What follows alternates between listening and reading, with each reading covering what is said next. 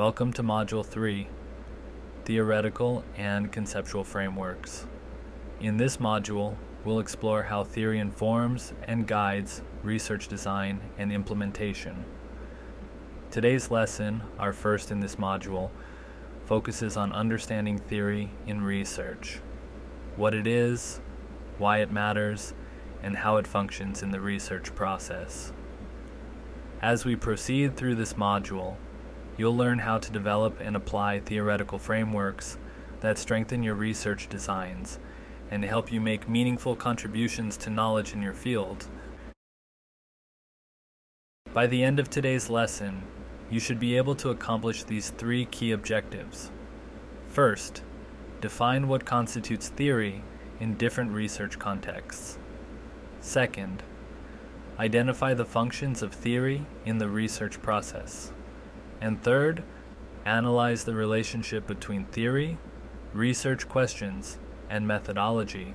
These skills will serve as the foundation for our more advanced work with theoretical frameworks later in this module. So, what exactly is theory? At its core, theory is a systematic explanation of phenomena that helps us understand how and why things work the way they do. It provides a framework for understanding relationships between concepts or variables. A good theory serves as a tool for both prediction and explanation. Theories consist of several key elements: concepts that define the phenomena of interest, precise definitions of these concepts, and propositions that articulate relationships between concepts. These components work together to create a coherent explanatory system. What makes theory so powerful is its ability to help us see patterns and relationships that might otherwise remain hidden. It gives us language to describe complex phenomena and frameworks to organize our observations systematically. Theories come in various forms across disciplines. We can distinguish between formal theories, which are highly structured and often expressed mathematically, and informal theories, which may be more conceptual and expressed in everyday language. Another important distinction is between grand theories versus middle-range theories. Grand theories aim to explain broad phenomena across multiple contexts, while middle-range theories focus on specific phenomena within particular settings. In most applied research, middle-range theories tend to be more immediately useful. Different disciplines also have their own theoretical traditions. In physics, we see mathematical models. In psychology, cognitive and behavioral frameworks. In sociology, structural and interactionist perspectives. Regardless of discipline, theory serves common purposes: explanation, prediction, and understanding. It helps us make sense of the world in systematic ways. The way theory functions varies somewhat across fields. In the natural sciences, theories tend to be predictive and causal, focusing on establishing universal laws and relationships that can be tested through experimentation. Social sciences typically employ explanatory frameworks that help make sense of human behavior in social phenomena, recognizing the complexity and context dependence of these subjects. In the humanities, theories often serve as interpretive lenses that help scholars analyze texts, artifacts, and cultural phenomena, revealing layers of meaning and significance. Professional fields like education, nursing, or business develop applied theoretical models that bridge research and practice, focusing on theories that guide professional decision-making. Increasingly, interdisciplinary approaches are bringing together theoretical perspectives from multiple fields to address complex problems that span traditional boundaries. Theory serves a lot of vital functions in the research process. First, it helps organize and synthesize existing knowledge, providing structure to what we already know. Second, Theory provides explanatory frameworks that help us understand why phenomena occur and how different factors relate to one another. Third, theory guides research design and question formulation, helping researchers focus on meaningful questions and appropriate methodologies.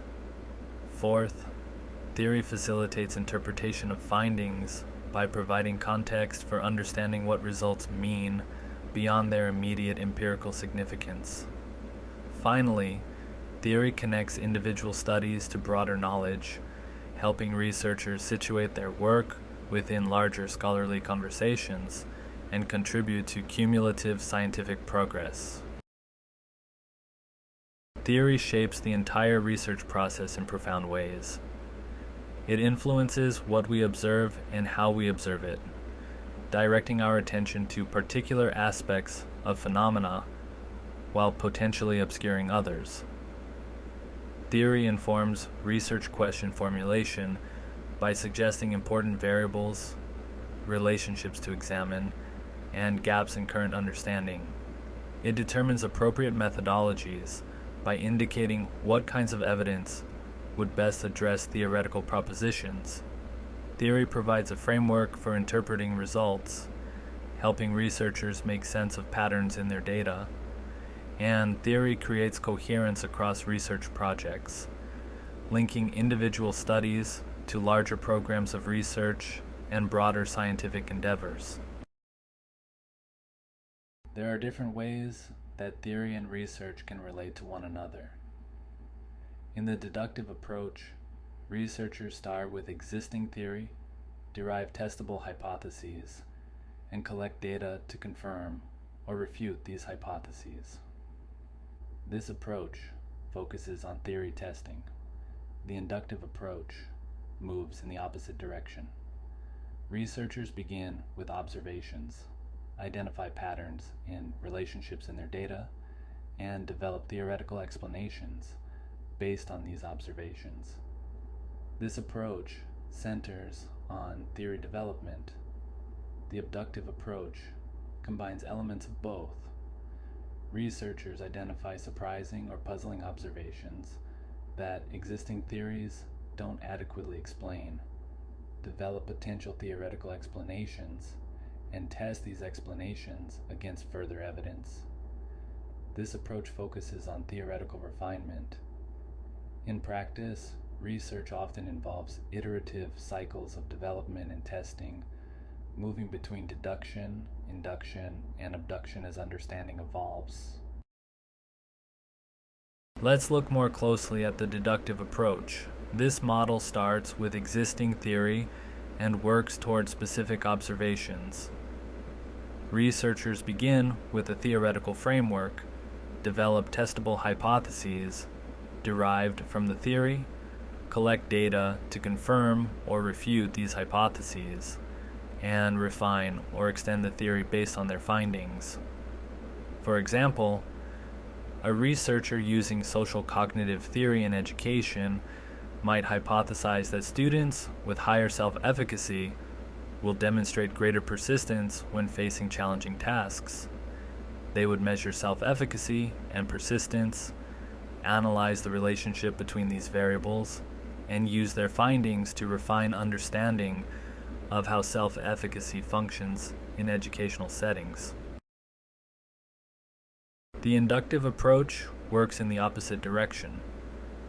Researchers start with specific observations and work toward broader theoretical understanding.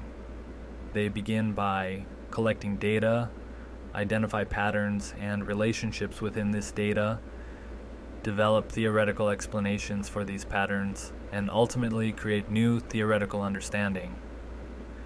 Grounded theory is a prime example of inductive research.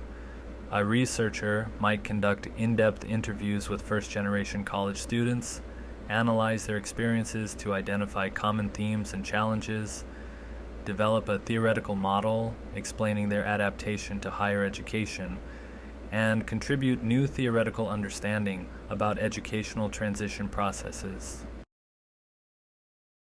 The abductive approach offers a middle path. Researchers identify puzzling observations that Existing theories don't adequately develop potential theoretical explanations for these observations, test these explanations against further evidence, and refine theoretical understanding based on the results. Abduction is particularly valuable when encountering unexpected findings. For instance, if a health intervention shows unexpected differences in effectiveness across cultural contexts, researchers might develop theoretical explanations for these differences, gather additional data to test these explanations, and refine theoretical understanding of how cultural factors influence health behavior. This approach blends deductive and inductive reasoning, moving back and forth between theory and data. Theory profoundly shapes the research questions we ask. It suggests important variables to examine, helps identify gaps in current understanding that merit investigation, provides language and concepts for formulating clear questions, and establishes conceptual boundaries that focus inquiry. Examples of theory-driven questions might include: how does social support mediate the relationship between workplace stress and employee well-being, based on stress buffering theory? Or, in what ways do power dynamics shape communication patterns in cross-cultural business negotiations, drawing on critical and intercultural communication theories? Different theoretical frameworks suggest different methodological approaches. Theories make assumptions about the nature of reality and knowledge that have methodological implications. Positivist theories, which assume an objective reality that can be measured, typically align with quantitative methods that emphasize measurement, control, and statistical analysis. Interpretive theories, which focus on meaning-making and subjective experience, often pair with qualitative methods that explore lived experience and contextual understanding. Critical theories, which examine power relationships and aim for transformation, frequently employ participatory methods that engage participants as co-researchers. Pragmatic theories, which prioritize practical outcomes, often suggest mixed methods approaches that combine multiple perspectives.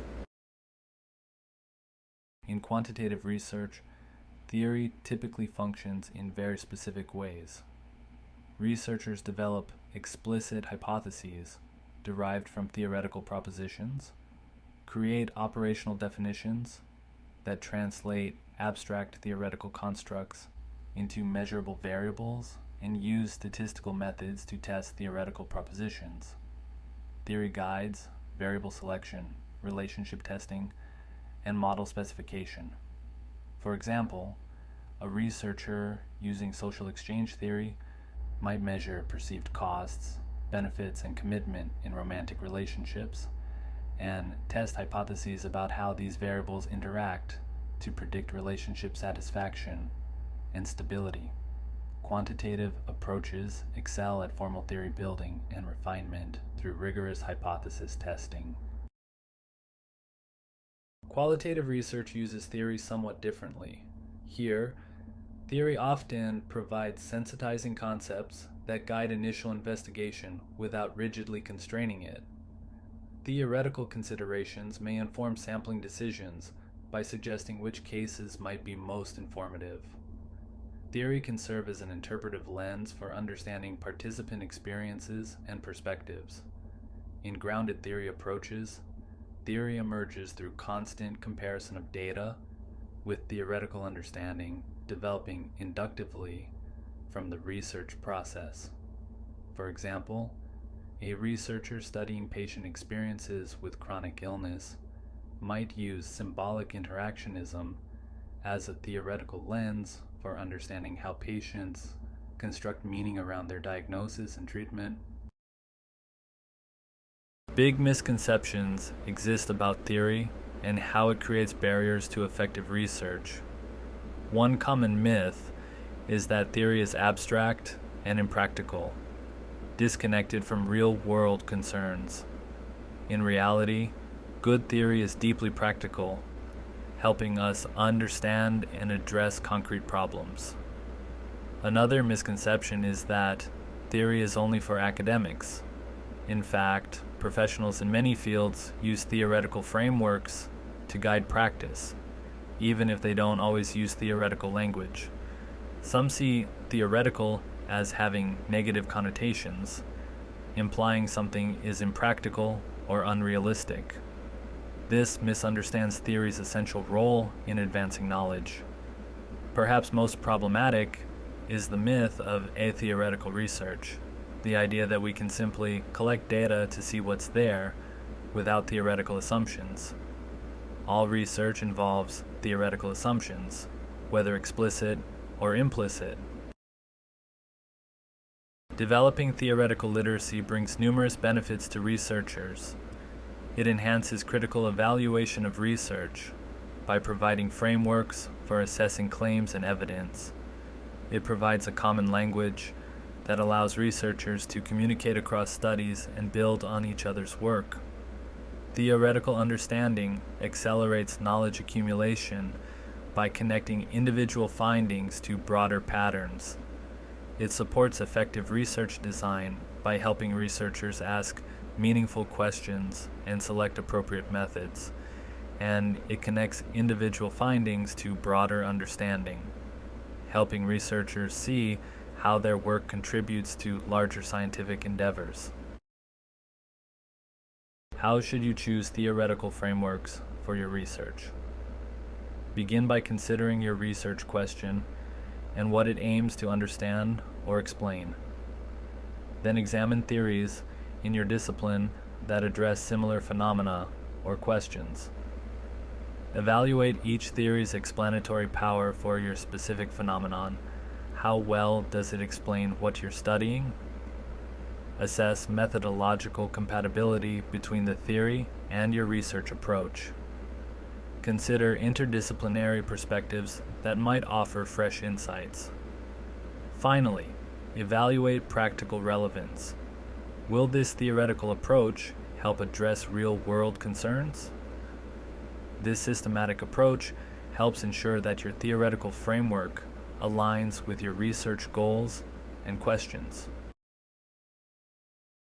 Developing theoretical sensitivity, the ability to see and work with theoretical concepts, takes deliberate practice. Read widely within and beyond your field to expose yourself to diverse theoretical perspectives. Actively engage with theoretical literature by analyzing, questioning, and applying theoretical ideas. Question theoretical assumptions rather than accepting them uncritically. Look for connections between theories from different traditions or disciplines. Apply theories to concrete problems or cases to see how they function in practice, and discuss theoretical perspectives with colleagues to deepen your understanding through dialogue. These practices will enhance your capacity to work effectively with theory and research. As we conclude, take a moment to reflect on these questions about theory in your own field. What theories are commonly used in your field? How have these theories shaped the research questions that scholars in your field tend to ask? What are the strengths and limitations of dominant theories in your area? How might different theoretical perspectives offer new insights into phenomena in your field? Think about how you might integrate theoretical considerations more explicitly into your own research.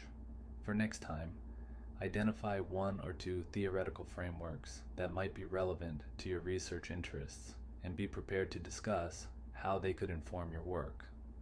Thank you for your attention today. Next time, we'll build on this foundation by exploring specific types of theoretical frameworks in greater depth.